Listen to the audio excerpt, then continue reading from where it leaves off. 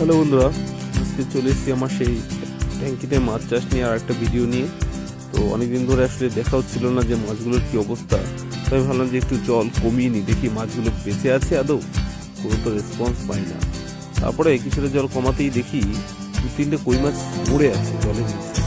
তো আমার একটু সন্দেহ হলো, তাই ভাবলাম দেখি এই কচুরিপানাগুলো তুলে ভিতরে কি অবস্থায় আছে, এবং সেটাই চেষ্টা করলাম। সকালে উঠেই জল বের করা শুরু করেছিলাম, আর কিছুটা জল কমাতেই ভিতরে একদম গরুর চিত্র ভেসে উঠেছে। দেখে আমার অনেকগুলো কলই মাছ মরে গেছে, এবং কই মাছও বেশ কয়েকটা মরে গেছে। যে দেখতেই পাচ্ছেন একটা কই মাছ একটু বড় সড়ো আকারের মরে পড়ে আছে জলের মধ্যে। জলটা না আমি জানতেই পারলাম। দেখা যাক ধীরে ধীরে কী অবস্থা আছে, আপনারাও দেখুন। আমি জলটা অনেকটা কমিয়ে নিয়েছি, প্রায় 1.5 হাতের মতো কমিয়ে নিয়েছি উচ্চতার দিক থেকে, যে কী অবস্থায় দেখার জন্য। আর ভাবলাম তাহলে কচুরিপানাগুলো একবার তুলে দেখি ঠিক কী অবস্থায় আছে। তোলার পর দেখলাম যে আমার কলই মাছগুলো সত্যি মরে গেছে, আর মাত্র 2টো আছে, বাকিগুলো সব মরে আছে। তবে হ্যাঁ, শিঙি মাছগুলো কিছু হয়নি, শিঙি মাছগুলো ভালোই আছে। আর তেলাপিয়া মাছগুলো বেশ কিছুগুলো মরে গেছে, মাত্র 2-3টে আছে এখন।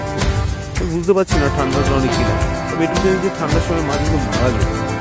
এবার কেউ কবে দেখতে পাচ্ছেন এই শিঙি মাছগুলো বড় বড় করে সেগুলো এই অবস্থা করে। আসলে এমন দৃশ্য দেখলে মনটা ভীষণ খারাপ হয়ে যায়।